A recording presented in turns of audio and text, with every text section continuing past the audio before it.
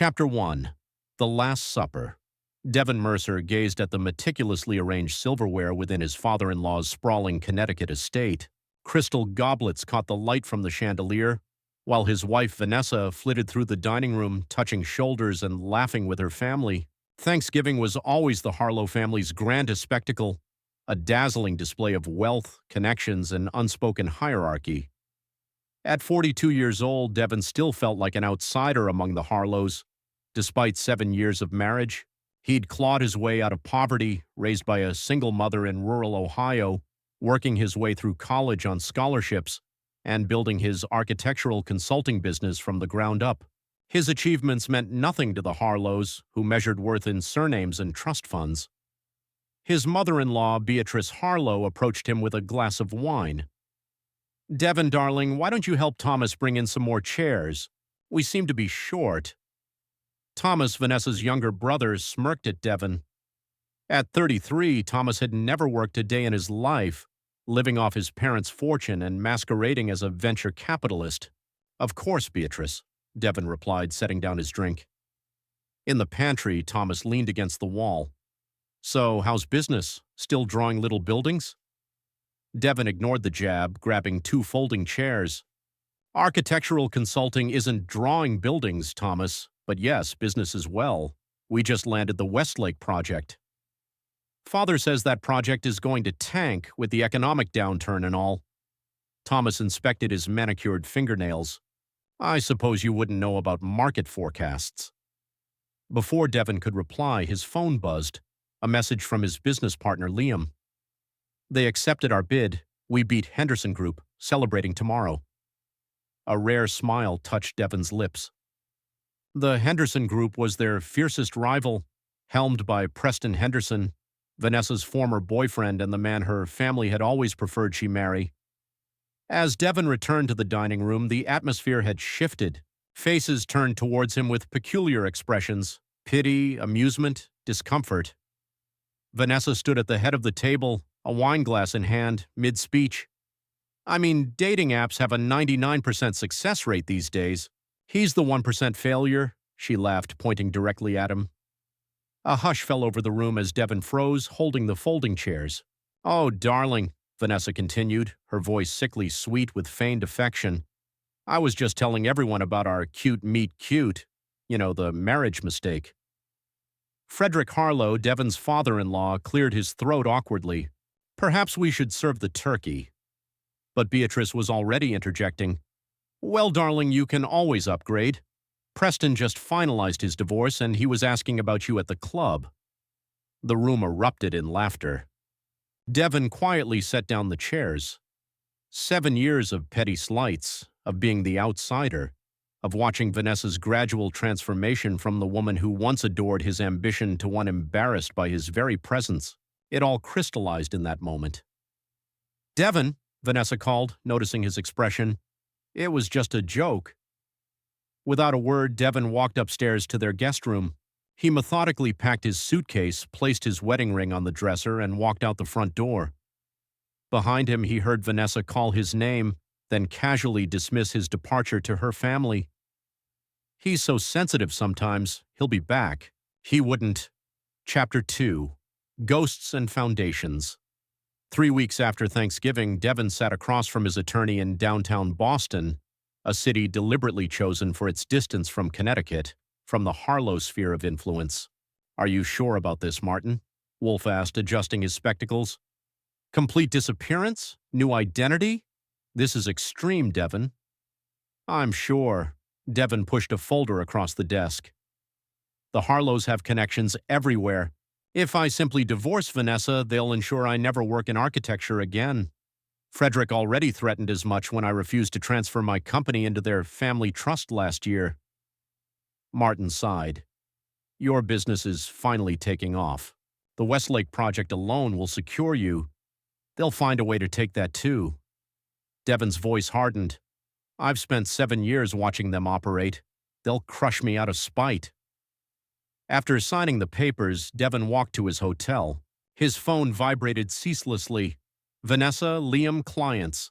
He answered none of them. At midnight, he dropped his phone into Boston Harbor and watched it sink.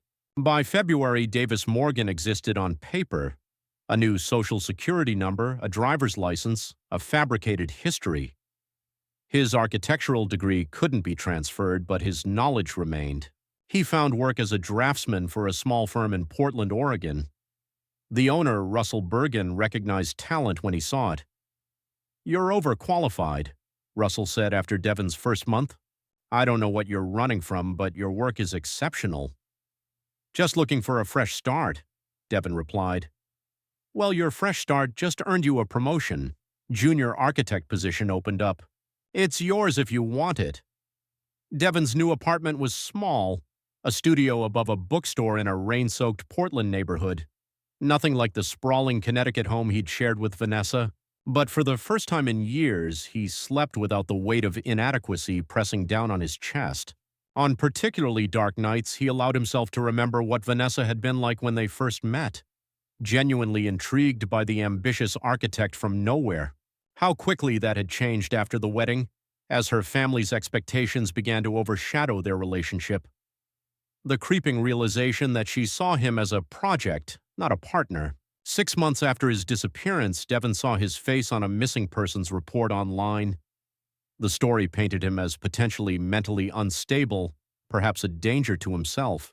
The Harlows had crafted a narrative of a man who couldn't handle the pressures of business, who had abandoned his thriving firm and loving wife. Below the article was a quote from Preston Henderson, now framed as a longtime friend of Vanessa's. "I'm deeply concerned for Devin. We had our professional rivalries, but I'd never wish a breakdown like this on anyone." Devin closed the browser and returned to his drafting board. Let them think him broken. He was building something new. Chapter 3. Rising from the Ashes. 5 years after his disappearance, Davis Morgan was a partner at Bergen Architecture. His distinctive modernist designs with sustainable elements had garnered attention throughout the Pacific Northwest. Magazines profiled his work, clients sought him out specifically, and his reputation grew beyond Portland. "You should consider opening your own firm, Davis," Russell suggested over lunch. "You've outgrown us." Devin, now accustomed to his new name, shook his head. "I appreciate what you've given me, Russell. The partnership is more than enough."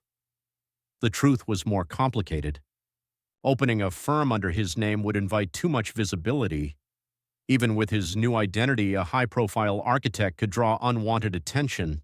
The Harlows hadn't stopped looking for him, not out of concern, but to protect their narrative and reclaim what they considered their property. His silent partner in disappearance, Martin Wolf, sent annual updates via secure channels. Vanessa had filed for a no-fault divorce 2 years into his absence, portraying herself as the abandoned wife. The following year, she had also married Preston Henderson, consolidating the architectural empire the Harlows had always desired. They had a child, now a 3-year-old boy named Alexander. Liam had been forced to sell their old firm for pennies, crushed by the Harlows' business connections after Devin's vanishing act. None of it touched Devin anymore. Davis Morgan had built a life free of the shadow of inadequacy that had haunted Devin Mercer. On the 7th anniversary of his disappearance, Devin received an unusual message from Martin. "They've hired a specialist investigator. Be careful." 3 weeks later, while reviewing plans for an eco-resort in Washington state, Devin's assistant interrupted him. "There's someone insisting on meeting you, Mr. Morgan, a woman named Nina Reeves. Says it's about a private commission." The name meant nothing to him. "Send her in," he said. The woman who entered was no prospective client, slender in her early 30s with intelligent eyes that assessed everything. "Mr. Morgan? Or perhaps Mr. Mercer?" Devin's expression remained neutral. "I believe you have me confused with someone." Nina placed a folder on his desk. 7 years ago, you vanished after a Thanksgiving dinner. Your wife has been looking for you ever since." "I don't know what you're talking about. I've been living in Portland for nearly 10 years. Nina smiled. "Your documentation is impressive, but facial recognition software has improved dramatically. A design magazine last month featured your photo at an architecture exhibition in Seattle. The algorithms found you." Devin leaned back in his chair. "What do you want?" "I was hired to find you. Now I have." She stood. They'll be here tomorrow. I've given them your address and place of business. And what do you suppose will happen? Nina paused at the door. That depends on whether you keep running, Mr. Mercer. For what it's worth, what they did to you was inexcusable. But 7 years is a long time for everyone. After she left, Devon sat motionless, gazing at the Portland skyline. 7 years of careful construction, a new identity, a new life, a new reputation, all potentially collapsing with a single recognition algorithm. He considered running again. He had contingency plans, another identity, accounts under different names, but running would mean rebuilding from scratch yet again. No, Devon Mercer had run once. Davis Morgan would not. That night he called Martin Wolf for the first time in years. They found me. I heard. Nina Reeves is thorough. What will you do? Devon's voice was calm. Prepare. It's time to implement Operation Omega. Martin grew alarmed. That was your scorched earth scenario. Is it truly necessary?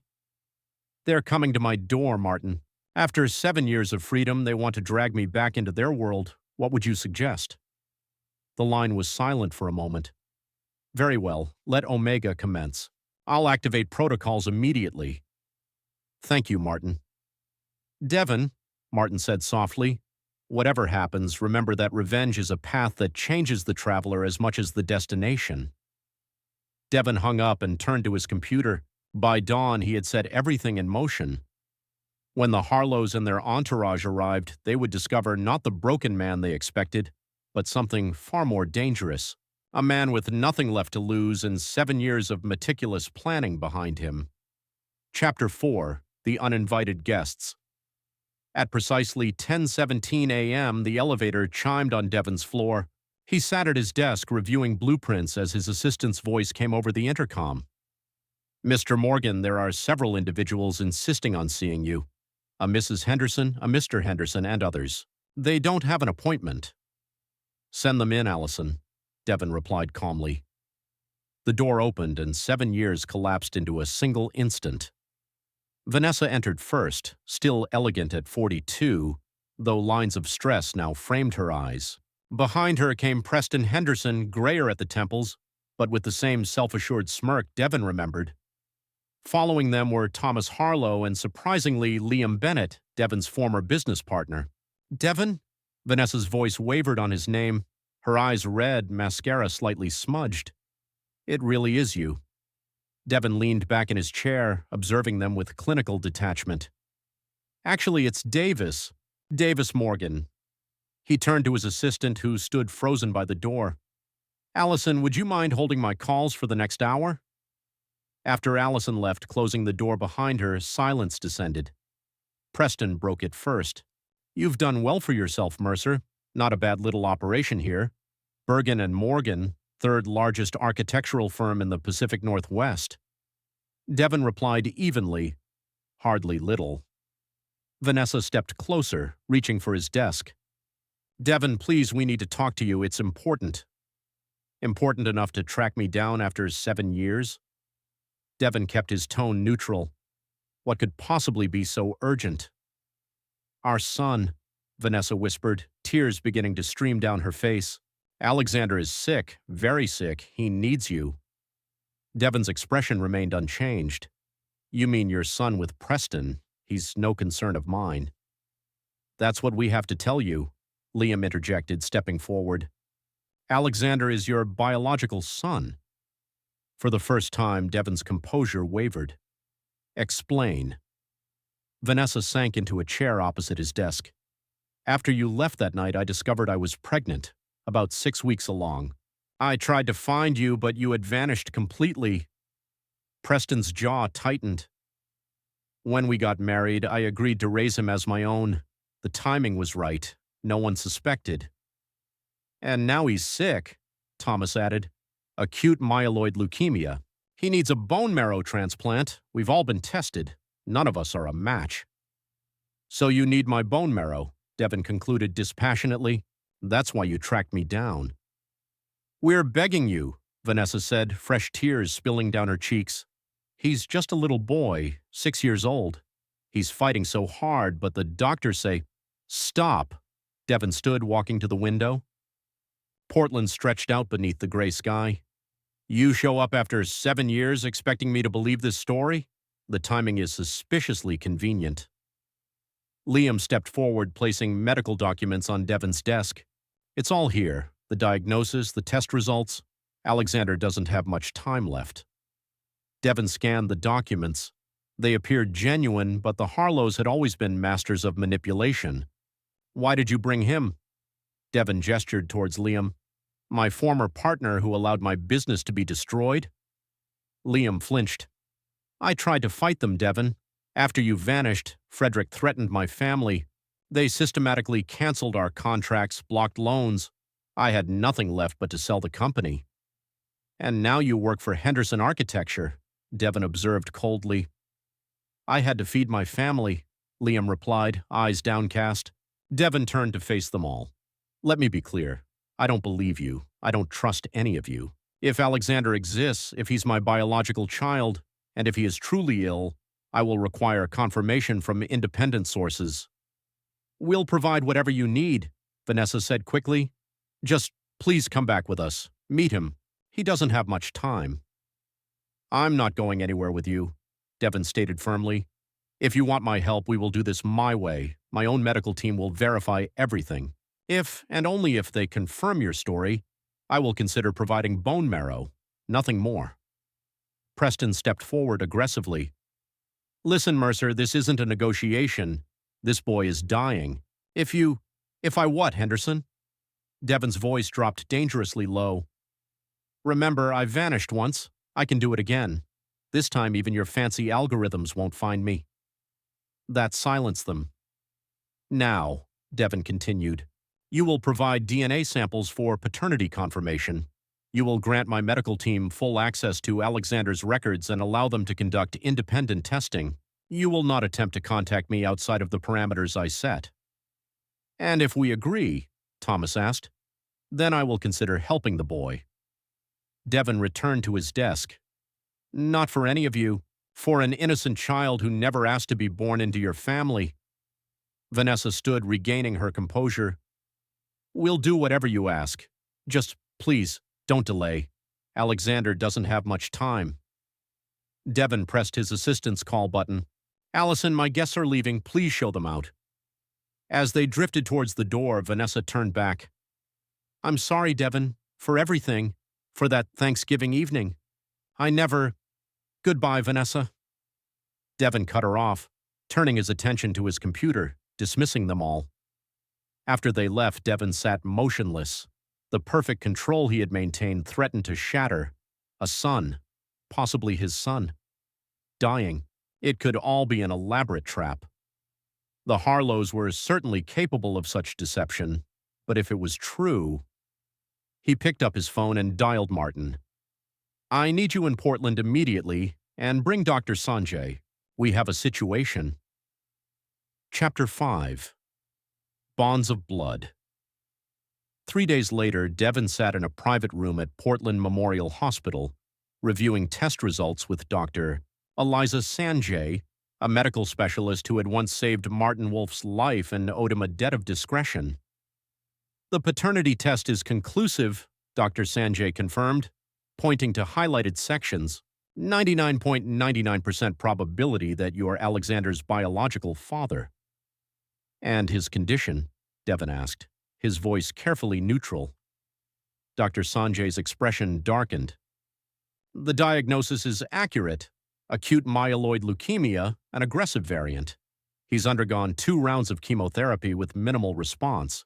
A bone marrow transplant is his best chance of survival. And I'm a match? Devon asked. Preliminary testing shows a 9 out of 10 HLA match, which is excellent for a parent-child relationship. Not perfect, but very promising. Martin Wolf, who had been sitting quietly in the corner, finally spoke. They're not lying about this, Devon. The boy is genuinely sick, and he genuinely is your son.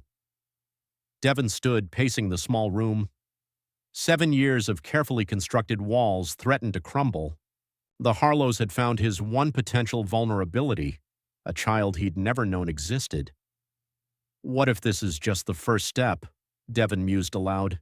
I provide the bone marrow, save the boy, and then they use him to drag me back into their world forever? It's entirely plausible, Martin acknowledged. The Harlows do nothing without several angles. I want to see him, Devon decided suddenly. Not with them present, just the boy. Dr. Sanjay nodded. I can arrange that. He's at Connecticut Children's Hospital in Hartford. I can transfer privileges and get you in as a consulting physician. Do it. 2 days later, Devon stood outside a hospital room in Hartford, Connecticut, dressed in a doctor's white coat with a badge identifying him as Dr. Davis Morgan. Through the window, he saw a small figure on the bed. Dark hair like his own, pale skin, animated despite the IVs and medical equipment as he played a video game. Dr. Sanjay appeared beside him. He's having a good day. The nurses say he's quite a fighter. Does he know about me? Devon asked quietly. They've told him a compatible donor has been found, nothing more. Devon took a deep breath and entered the room. Alexander looked up, pausing his game. Are you another doctor? The boy asked, assessing Devon with surprisingly familiar eyes. Something like that, Devon replied, walking towards the bed. I'm Davis. I'm Alex. Are you here to stick more needles in me?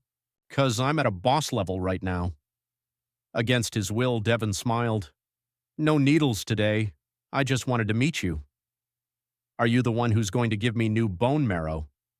The straightforwardness, another trait they apparently shared. Possibly. Alex tilted his head, studying Devon with unnerving intensity. You look like me. My mom has a picture of a man who looks like you, but she keeps it hidden in her dresser. Devon froze. She does? Yeah, she looks at it sometimes when she thinks no one's around. She gets sad after. Alex returned to his game. Are you him? What makes you ask that? Alex shrugged, not looking up. Just wondering why she'd keep a picture of someone who made her sad. Must be important. Devon pulled up a chair beside the bed. What has she told you about your father? That it's Preston, but I heard them arguing. Preston said I wasn't really his, that he was just pretending because of Mom. Alex's fingers moved deftly over the controls. Grown-ups think kids don't listen, but we do. Devon watched as the boy navigated a challenging game level with surprising strategy for his age. Does that bother you about Preston? Not really. He's hardly ever around anyway. Always working. Alex finally looked up again. So, are you my real dad? The question, asked with such casualness, hit Devon like a physical blow. 7 years of careful distance crumbled under the weight of those 5 simple words. It's complicated, Devon managed to articulate. Grown-ups always say that when they don't want to answer, Alex observed. But it's not complicated to me. You either are or you aren't. Before Devon could respond, the door opened and Vanessa entered. She froze at the sight of Devon sitting beside Alex's bed. What are you doing here? She whispered. Fear and anger mingled in her expression. We had an agreement. I needed to see him, Devon replied calmly, rising. To be sure for myself. Alex looked between them, understanding dawning on his face. So you are him? The man in the picture? Vanessa's face paled. Alexander, darling, this is a medical consultation. Enough with the lies, Vanessa, Devon interjected. He deserves better. The tension in the room was palpable. Alex, surprisingly mature for a 6-year-old, put down his game controller. Are you going to save me? He asked Devon directly. Yes, Devon replied without hesitation. I will be your donor. Thanks, the boy said simply, then picked up his controller again, returning to his game with the resilience only children possess. In the hallway, Vanessa rounded on Devon. You had no right to come here without telling us. I had every right, Devon countered coldly. He's my son, a fact you concealed for 7 years. I tried to find you, Vanessa hissed. You vanished completely, and when you couldn't find me, you allowed another man to claim him. Tell me, Vanessa. Devon's voice was even. If Alexander hadn't fallen ill, would you ever have told him the truth? Would you ever have looked for me again? Vanessa's silence was answer enough. I will donate the bone marrow, Devon stated.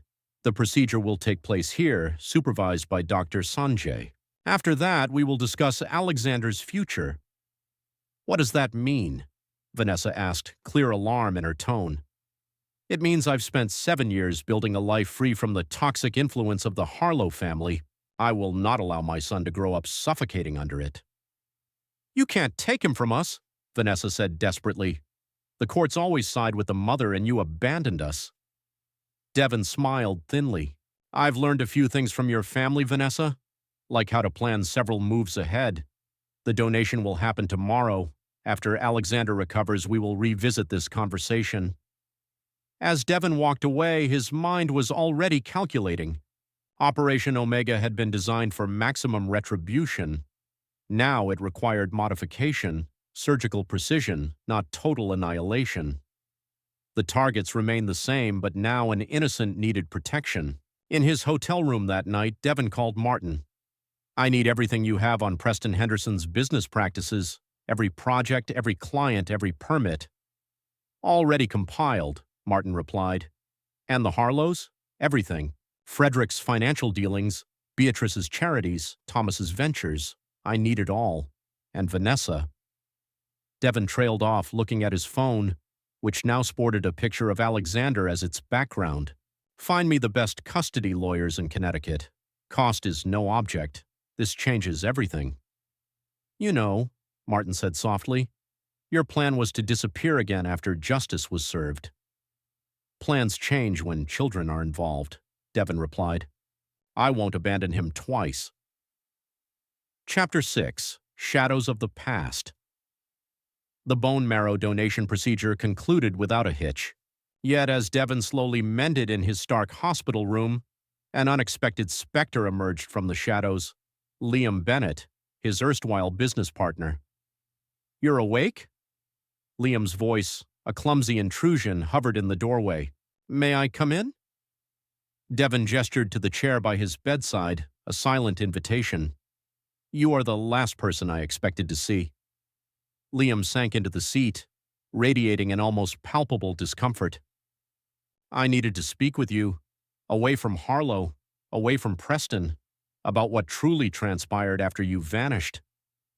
Liam leaned forward, his voice dropping to a near whisper. They didn't just obliterate our company, Devon. They annihilated me.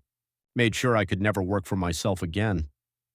So you joined Henderson Architecture, Devon observed, his tone devoid of warmth. I had no choice. My wife was carrying twins.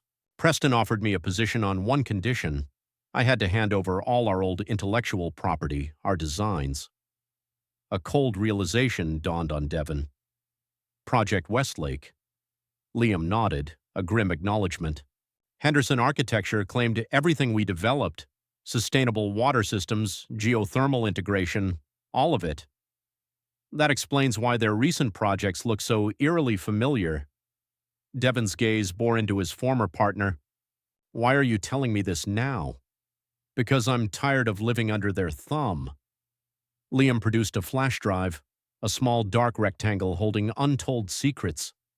This contains internal Henderson Architecture documents, financial records, client correspondence, the theft of designs, not just from us, but from other firms. Devon took the drive. What do you expect me to do with this? Anything you wish.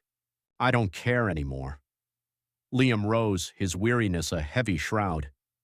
My children are now 10 years old, and they deserve a father who can look himself in the mirror. You realize this could compromise you too? I know. I've made my peace with it.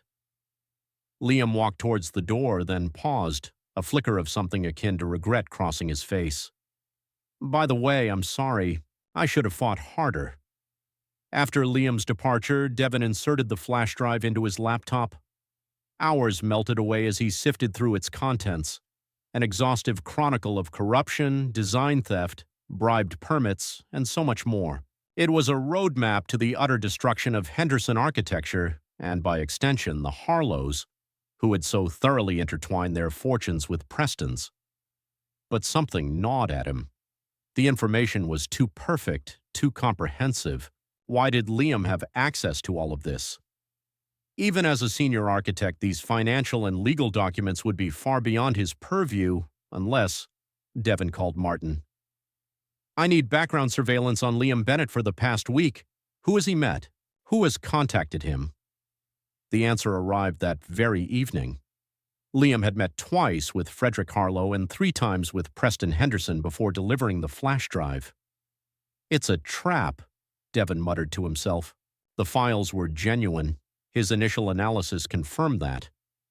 But the very act of accessing them would have left a digital footprint. If he used this information, he'd be accused of corporate espionage. The old Devon might have fallen for it. Devon Morgan knew better. Throughout Devon's recovery, Alexander visited daily, displaying positive initial reactions to the transplant. The boy's resilience impressed Devon, as did his sharp mind. During one visit, Alexander brought architectural sketches, childish yet revealing a true spatial perception. Mom gets mad when I draw buildings, Alexander confided.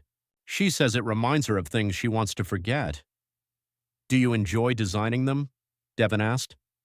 Alexander nodded enthusiastically. I like figuring out how everything fits together. Preston says it's a waste of time, that I should focus on business, like him. What do you think? I think adults spend too much time doing things they don't like, Devon replied. Alexander added more detail to his sketch. Why would I do that? Devon smiled. A fair question. On the 5th day of his recovery, Vanessa arrived alone. She looked haggard, dark circles shadowing her eyes. Alexander's preliminary results are encouraging, she said, standing awkwardly at the foot of his bed.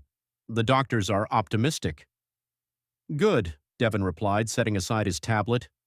Was there something else? Vanessa hesitated, then sat in the guest chair. I want to apologize for that night on Thanksgiving, for everything, for 7 years. Devon's voice was neutral. Why now? Because I've had 7 years to realize what I lost. She looked him directly in the eye. I loved you, Devon. But my family, they wore me down, made me doubt everything good between us. And Preston, he was instrumental in wearing you down, too.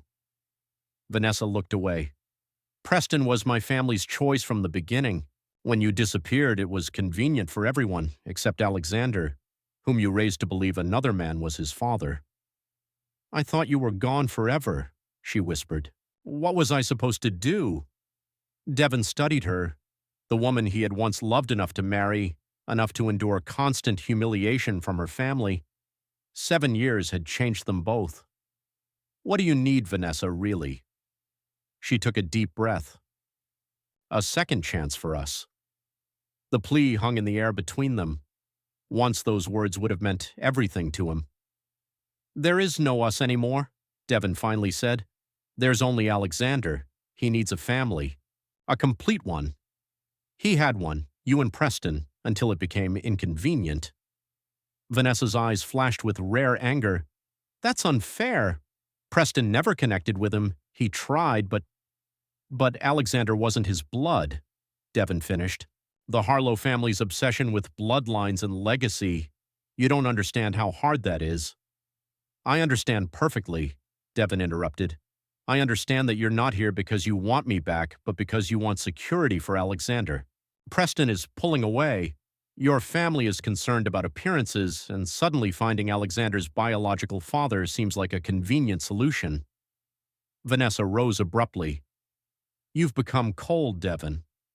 I've become clear-sighted. There's a difference. He picked up his tablet again. We will discuss Alexander's future once he's stable. Until then, I have nothing more to say to you. After she left, Devon made another call to Martin. I need a comprehensive investigation into Preston Henderson's activities over the past year. Focus on potential affairs, financial irregularities, anything that deviates from his public image. Looking for leverage? Martin asked. No, Devon replied. Looking for patterns. The Harlows never do anything without calculation. I want to know what game they're truly playing. That night, Devon received a message from an unknown number. Not everyone in the family approved of what happened to you. Some of us want to make things right. Meet tomorrow at 8 p.m. Hospital Chapel. Come alone. The sender's identity remained a mystery, but Devon had his suspicions. The timing of the message was too convenient, just as he was gathering intelligence for his counterstrike. Another trap, perhaps, or possibly a genuine ally. Either way, it was time to accelerate his plans. While the Harlows and Hendersons believed he was solely focused on Alexander's treatment, Devon was laying the groundwork. The flash drive Liam provided, though intended as a snare, contained genuine information that, if wielded correctly, could be potent ammunition. Devon sent a reply to the unknown number, "I will be there. Whatever came next, he would be ready." The chessboard was set, and this time he wasn't going to be a pawn in someone else's game. This time he would be the player, not the piece. Chapter 7. Allies and Adversaries. The hospital chapel was empty when Devon arrived at 7:55 p.m. He chose a pew with a clear view of both entrances and waited. Precisely at 8 o'clock, the door creaked open, revealing the last person he expected to see, Beatrice Harlow, his former mother-in-law. "Thank you for coming," she said, taking a seat across the aisle. At 65, Beatrice remained elegant, her silver hair perfectly coiffed, her posture regal. Curiosity outweighed caution, Devon responded. "What do you want, Beatrice?" She studied him with discerning eyes. "You've changed. The man who married my daughter would never have spoken so directly. 7 years changes people." "Indeed." She opened her handbag, extracting a thin folder. "I brought something you should see." Devon made no move to take it. "Why are you helping me?" "Because Frederick has gone too far," her voice hardened.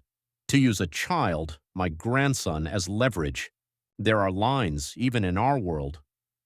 "Your husband never acknowledged lines." "No, he didn't." She placed the folder on the pew between them.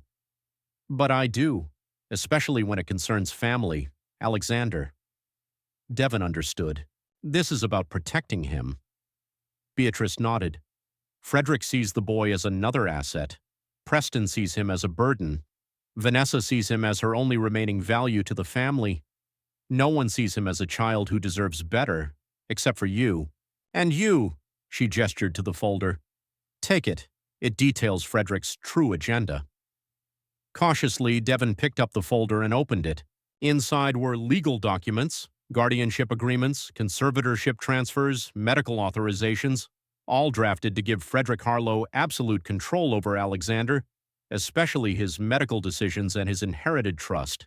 "They're using his illness," Devon said softly as he read, a rising fury coiling within him, creating a structure where Frederick controls everything, including experimental treatments. "My husband sees Alexander's condition as an opportunity," Beatrice confirmed. "The boy's genetic makeup, half Mercer, half Harlow, interests some of Frederick's research colleagues. Rare combinations, unique genetic markers. He wants to turn my son into a research subject," Devon realized, a cold dread washing over him. These authorizations would allow tissue sampling, experimental protocols, all under the guise of finding cures, of course. Very noble sounding, very profitable for Frederick's biotech investments, Beatrice finished. "Why are you showing me this?" Devon asked, his voice dangerously quiet. "Because I have spent 45 years indulging that man's ambitions. I watched him sacrifice our children on the altar of legacy. I will not watch him do the same to his grandson." Beatrice rose. "Use this information as you see fit. I will deny I ever gave it to you." As she walked to the door, Devon called out, "Why now, Beatrice? After all these years of complicity?" She paused, her back to him. "Because Alexander reminds me of Thomas before Frederick broke him, full of creativity and possibility. I could not save my son. Perhaps you can save yours." After her departure, Devon meticulously reviewed the documents. They confirmed his worst suspicions, opening new avenues for his plan. Frederick wasn't merely seeking control, he was building a medical research empire with Alexander as its centerpiece. The next morning, Devon visited Alexander, finding the boy noticeably stronger. A flush had returned to his cheeks, and he was once again drawing buildings. "The doctors say your bone marrow is already working," Alexander announced proudly. They use smart words, but basically you fixed me. That's excellent news, Devon replied, taking a seat beside the bed. How do you feel? Better, not as tired. Alexander pushed his sketch towards Devon. I designed a house. See, it has solar panels and a roof garden. Devon examined the drawing, surprisingly complex concepts for a 6-year-old. That's impressive. You've thought about sustainability. Grandpa Frederick says that's silly green stuff, Alexander confided. But I looked up your buildings online. They all have green stuff. Devon raised an eyebrow. You looked me up? Well, yeah. I'm 6, not stupid, Alexander said. Grant Davis Morgan, partner at Bergen Architecture. You make cool buildings. The revelation that Alexander had been researching him sent a ripple of both pride and disquiet through Devon.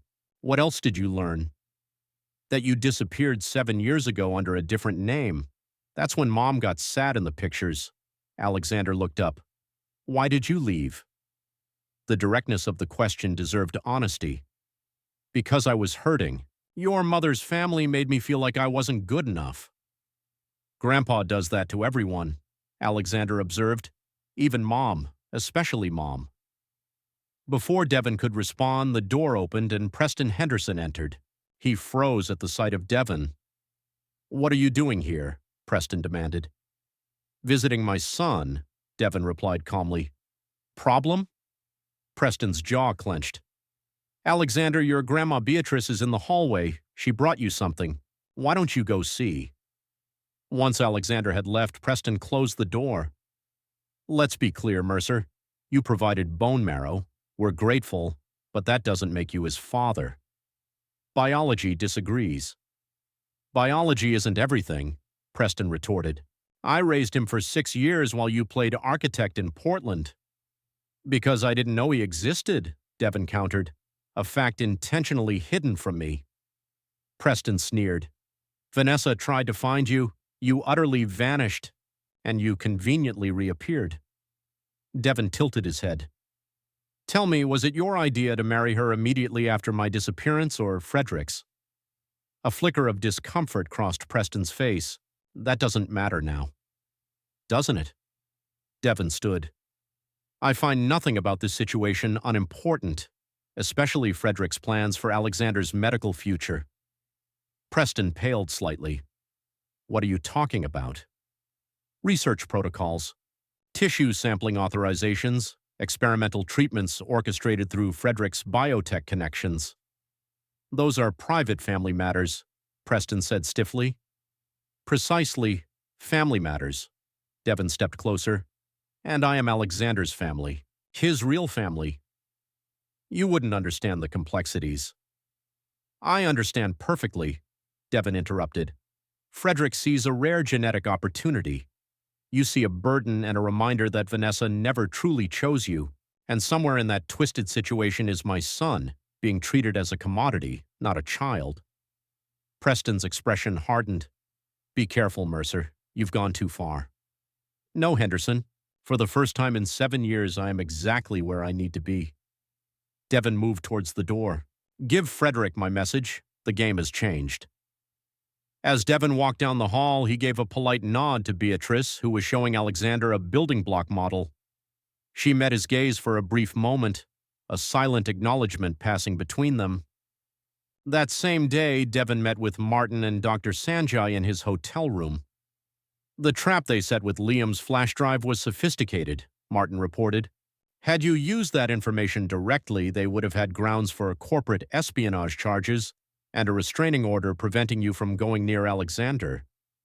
Fortunately, we're smarter, Devon replied. What about Preston? Your suspicions were correct. He has systematically bled the joint accounts with Vanessa over the past year, creating offshore holdings, preparing for a split. And Frederick's biotech connections? Dr. Sanjay took over. As for Genocor Therapeutics, their primary investment has been in pushing experimental protocols through expedited FDA procedures, classifying them as compassionate use for terminally ill patients. Using the dying as test subjects, Devon said, grimly. Essentially, yes. Their success rate is negligible, but their stock value continues to climb thanks to Frederick's connections. Devon turned to the window, contemplating. So Frederick gains research data from Alexander, Preston divests his finances before the marriage collapses, and Vanessa is left with nothing but a sick child being used as a lab specimen. Roughly accurate, Martin confirmed. What is our countermove? Devon turned back, his expression resolute. We will bring them all down, but we will protect Alexander and Vanessa. Vanessa? Martin asked, surprised. After what she did? She is Alexander's mother, and she's as much a victim of Frederick's machinations as anyone. Devon's voice softened slightly. She made terrible choices, but she loves our son. What's the plan? Dr. Sanjay asked. First, we secure Alexander's medical safety. Dr. Sanjay, I want you to file for emergency medical oversight due to conflict of interest. Use your authority and your connections. She nodded. I'll need documentation. You'll have it by morning. Martin, contact the SEC whistleblower department. We're going to expose Genacor and Frederick's insider trading the right way, ensuring protection. And Preston, a cold smile touched Devon's lips. I have something special for him. Contact Nina Reeves, the investigator who found me. I have a job for her. Over the next 3 days, Devon put his plan into motion. While the Harlows believed he was solely focused on Alexander's medical progress, he methodically dismantled the foundations of their empire. On the morning of the 4th day, Devon visited Alexander with an unexpected proposition. How would you like to see my office in Portland? He asked casually as they worked on architectural sketches together. Alexander's eyes widened. Really? Can I? If your mom agrees. I thought perhaps once you're fully recovered, you both could come, see where I work, what I do. You'd let Mom come too? Alexander asked, surprised. Of course. She's your mother, isn't she? Alexander studied him with his unnervingly perceptive gaze. Are you trying to take me away from her? No, Devon answered honestly. I'm trying to give you options, a life outside of what Frederick has planned for you. I don't like Grandpa Frederick's plans, Alexander confided. He talks about me like I'm one of his science projects. You've heard him discuss this? Alexander nodded solemnly. Adults think kids don't understand big words, but I do.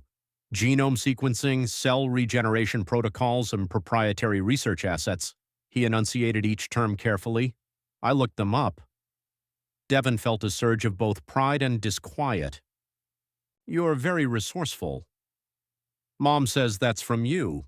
Alexander added details to his sketch. Is it true? Perhaps, though your mother is also very resourceful in her own way. Will you help her too? Alexander asked, still focused on his drawing. She cries a lot when she thinks I'm asleep. Preston makes her cry. The simple observation solidified Devon's resolve. Yes, Alexander, I will help your mother too. That evening, Vanessa came to Devon's hotel room at his request. She looked nervous, fidgeting with her wedding ring. You wanted to see me?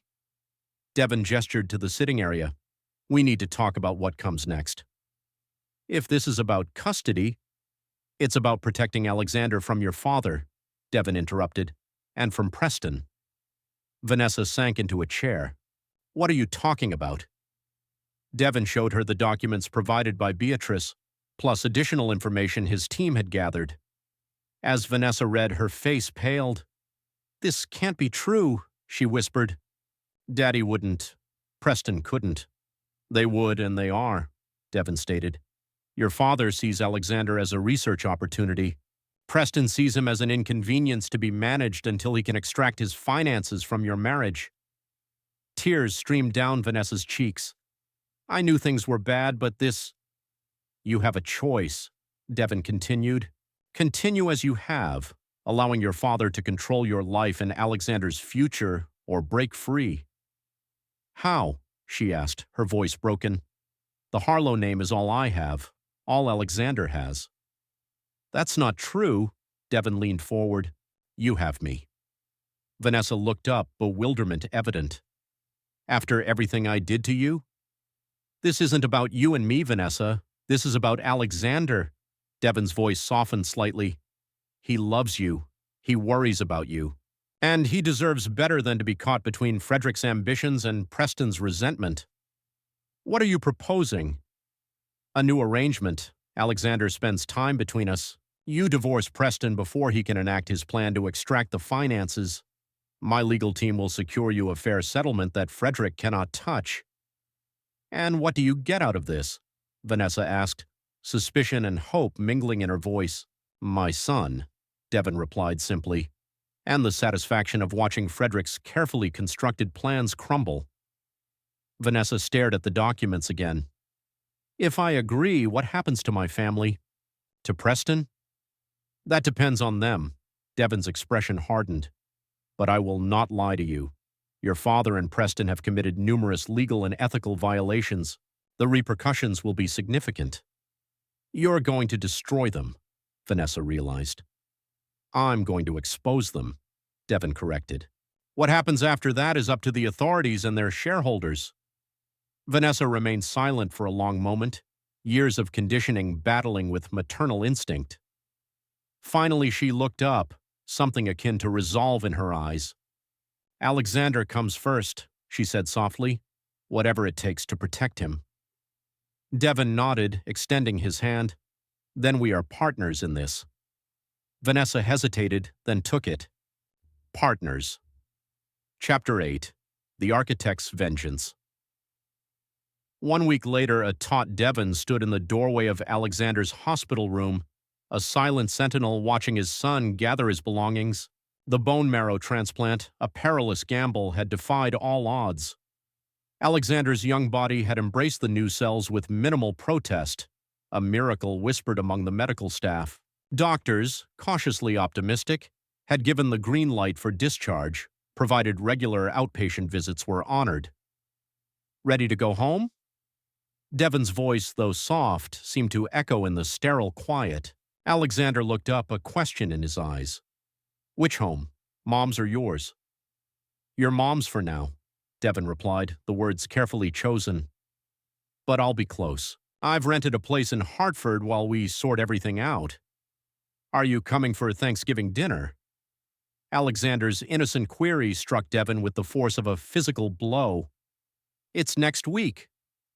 Thanksgiving, the bitter anniversary of his own departure 7 years ago. I don't think that's a good idea. Why not? You're my dad. Before Devon could formulate a reply, Vanessa appeared in the doorway behind him, her presence a sudden, unexpected calm. Actually, Alexander, we're doing Thanksgiving differently this year. Just the three of us at a restaurant. Alexander's face lit up, a beacon of pure joy. Really? No lectures from Grandpa Frederick about the stock market?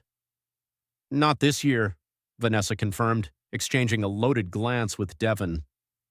The past week had forged a new, fragile dynamic between them. Not romance, that bridge had been burned to ashes, but a careful alliance, cemented by their shared concern for their son. Vanessa had filed for divorce from Preston just 2 days prior, armed with the damning documents Devon had provided, ensuring emergency financial protection. Frederick's reaction had been predictably volcanic. Threats, manipulative pleas, attempts to freeze Vanessa's accounts, all meticulously neutralized by Devon's foresight. The elder Harlow had yet to grasp the true magnitude of the coming storm. As they helped Alexander gather his things, Devon's phone vibrated with a message from Martin. Operation Eclipse initiated, 60 minutes to impact. Everything all right? Vanessa asked, her gaze sharp, detecting the subtle shift in his demeanor. Perfectly, Devon replied, a hint of something steely in his tone. Alexander, how about we stop for ice cream on the way home before lunch? Before lunch? Alexander asked, skepticism etched on his young face. Extraordinary circumstances call for extraordinary treats. As they exited the hospital, Devon noticed Nina Reeves in the parking lot, offering a subtle nod in his direction. The investigator, once an adversary, had become an unexpected ally, outraged by what she'd uncovered about Harlow's intentions for Alexander. The family ice cream parlor in downtown Hartford was quiet on a Tuesday morning. While Alexander deliberated over flavors, Devon's phone buzzed again. Eclipse activated. Turn on the news. Vanessa, Devon said quietly, his voice barely a whisper, you'll want to see this. He activated a financial news channel on his tablet. A headline scrolled across the bottom. Breaking news, SEC raids Genor Therapeutics in insider trading probe. Harlow Investments under investigation. Vanessa's hand flew to her mouth, her eyes wide with dawning realization. It's happening, she breathed. You actually did it. This is just the beginning, Devon responded, his voice equally hushed. Preston is next, then your father, personally. What exactly will happen to them? Financial ruin. Possible criminal indictments, definitive civil lawsuits from shareholders and from the families of the research subjects. Devon's voice was detached, clinical. Frederick built his empire on exploitation and corruption. I'm merely bringing it all into the light. Before Vanessa could reply, Alexander returned, a small mountain of sprinkles adorning his chosen flavor. As they settled into a secluded corner booth, Devon's phone rang. Frederick Harlow. Should I answer? Devon asked Vanessa, holding the phone aloft. She hesitated, then nodded. Put it on speaker. Alexander, sweetie, why don't you go look at the topping bar again? Once Alexander was out of earshot, Devon answered. You evil bastard, Frederick roared, his voice crackling with fury. Do you have any idea what you've done? Exposed your illegal medical research protocols? Uncovered your insider trading? Or are you referring to the evidence I provided to the pension fund that funded your lifestyle regarding the misappropriation of their investments? You won't get away with this, Frederick thundered, his voice laced with venom. I built you once. I can destroy you again. No, Frederick, you can't. Devon's voice remained unnervingly calm. Because this time I'm not a desperate architect trying to please his wife's family. I'm the man who outsmarted you at your own game. Vanessa will never choose you over her family, Frederick declared, his voice dripping with condescension.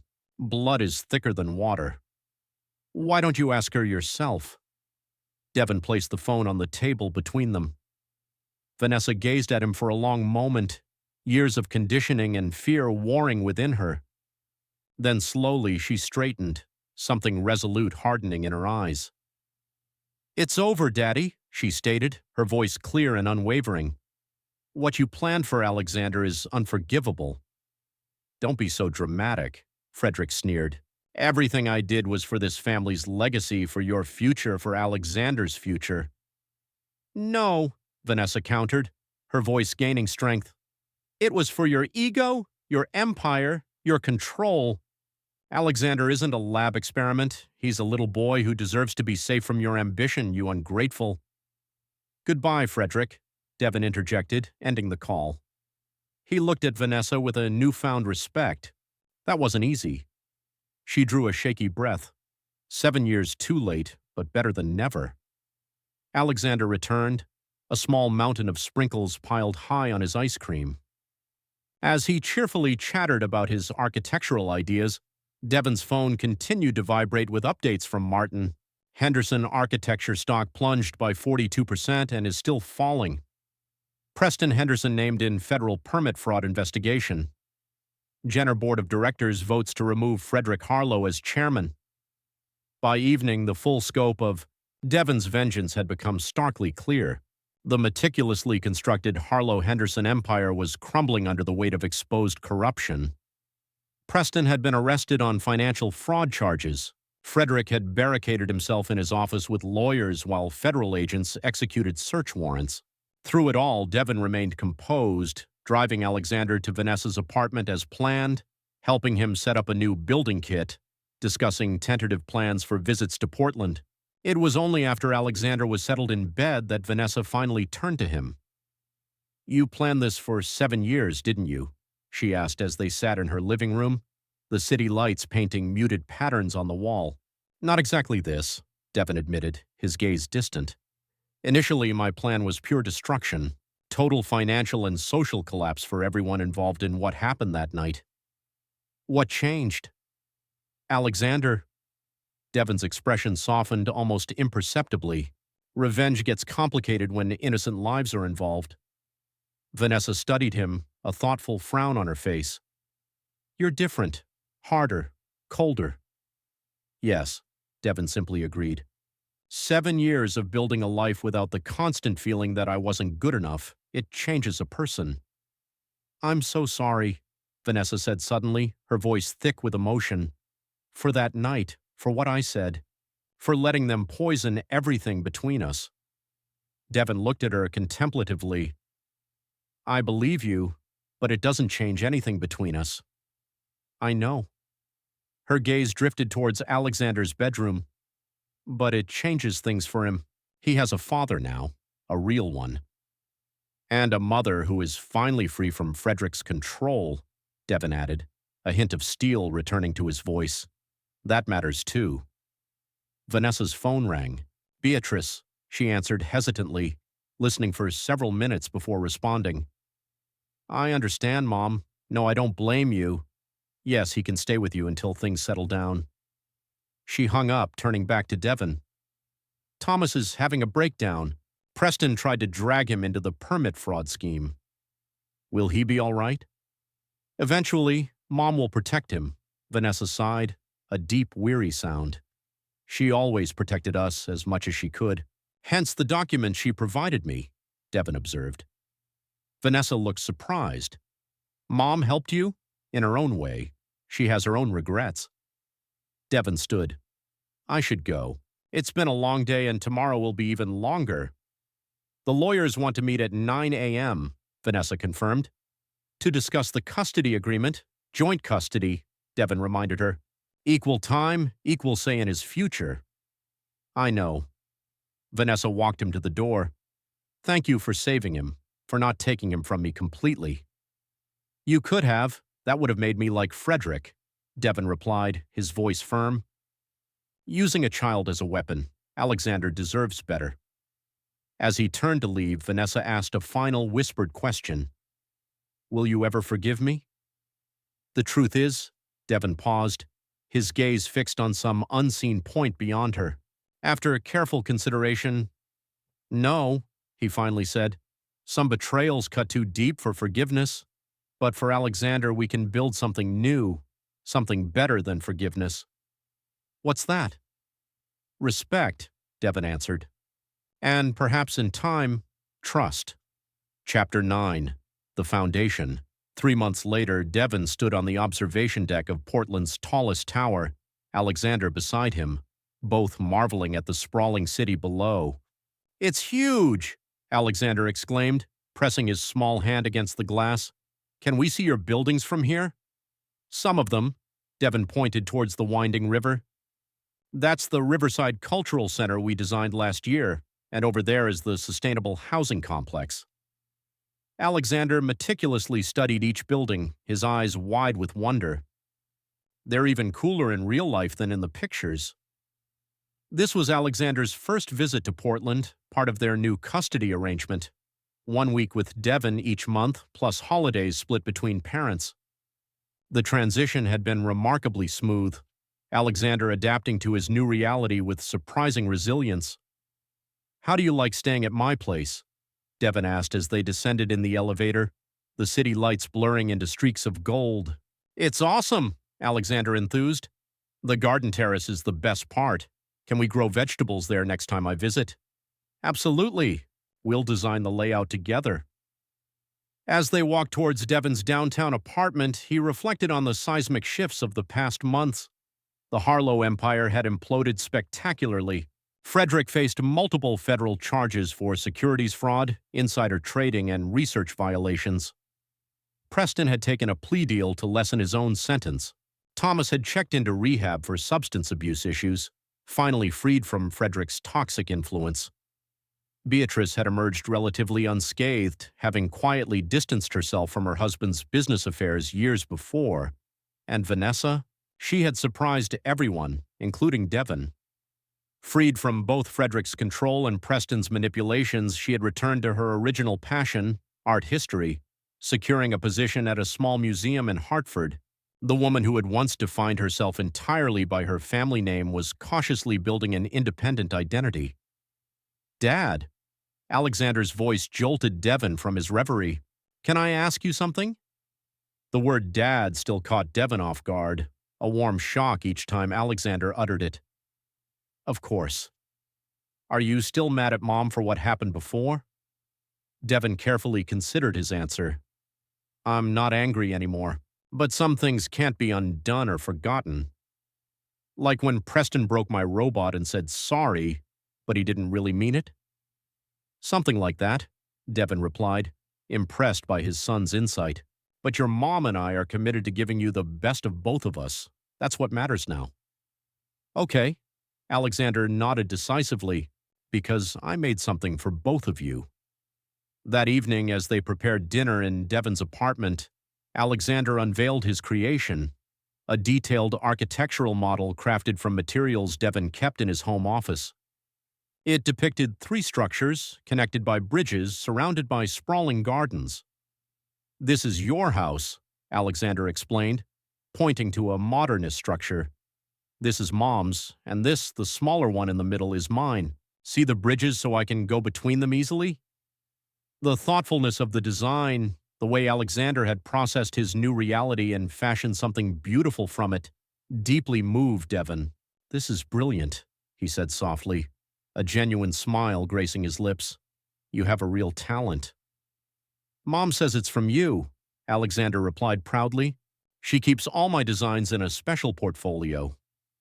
Later, after Alexander was tucked in for the night, Devon called Vanessa as they had agreed to give her the nightly update. He's settling in well, Devon reported. He designed a remarkable architectural model today. The connected houses? Vanessa asked, a soft laugh in her voice.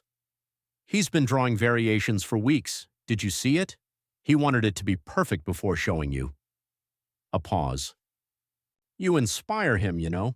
He talks about your buildings all the time. The conversation flowed easily, 2 co-parents discussing their child's day, his interests, his progress. Not friends, certainly not lovers, but partners in the most important project of their lives. After hanging up, Devon stood on his balcony, overlooking Portland, the city lights a glittering tapestry below. 7 years ago, he had left Connecticut with nothing but grim determination and a burning rage. Now he had something he'd never expected, a son, a future beyond vengeance. The final phase of his plan had been executed flawlessly. Frederick Harlow would likely die in prison. Preston Henderson had lost everything, his company, his reputation, his freedom. The Harlow name, once synonymous with power and influence, now appeared in headlines alongside words like fraud and corruption. And yet the victory felt different than Devon had envisioned in those years of meticulous planning, less about destruction and more about creation, building something new from the ruins. His phone vibrated with a message from Martin. Final Henderson architecture assets liquidated today, transfer complete. You now own everything they stole from you. Devon smiled, a cold, satisfied expression, the ultimate irony. He had reclaimed all the designs and innovations Preston had stolen, plus the prestigious client list built upon that ill-gotten work. The architectural empire Frederick and Preston had painstakingly built now belonged to the man they had once derided as a failure. In his bedroom, Alexander slept peacefully, oblivious to the final move in his father's long game. As he grew older, perhaps Devon would explain everything, or perhaps not. Some legacies weren't worth passing on. Tomorrow they would visit Russell Bergen to discuss expanding the firm. Next month, Alexander would return to Hartford to his mother and his school. The pattern would continue. 2 homes, 2 parents committed to his well-being, if not to each other. It wasn't forgiveness. Devon Mercer, now legally back to Davis Morgan, didn't believe in forgiveness. The Thanksgiving night when Vanessa had laughed and called him a marriage mistake had broken something irreparable between them. But from that brokenness, something unexpected had grown.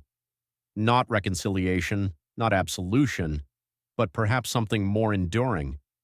A foundation built on harsh truths, not convenient lies. As the lights of Portland twinkled below, Devon made a silent promise to the sleeping boy down the hall. The cycle would end here. The bitterness that defined the Harlow legacy would not touch Alexander. He would inherit only strength, resilience, the ability to build, not destroy. In that, perhaps, lay Devon's true vengeance, to raise a son who would never become the man Frederick Harlow was, a son who would build bridges, not burn them. And in that, perhaps, was a form of redemption neither Devon nor Vanessa had expected. Not for themselves, but for the future they were creating together. Ladies and gentlemen, since you've listened to the end of this story, please subscribe to the channel and write in the comments which state you're watching from. Let's see what percentage of elite viewers make it to the end.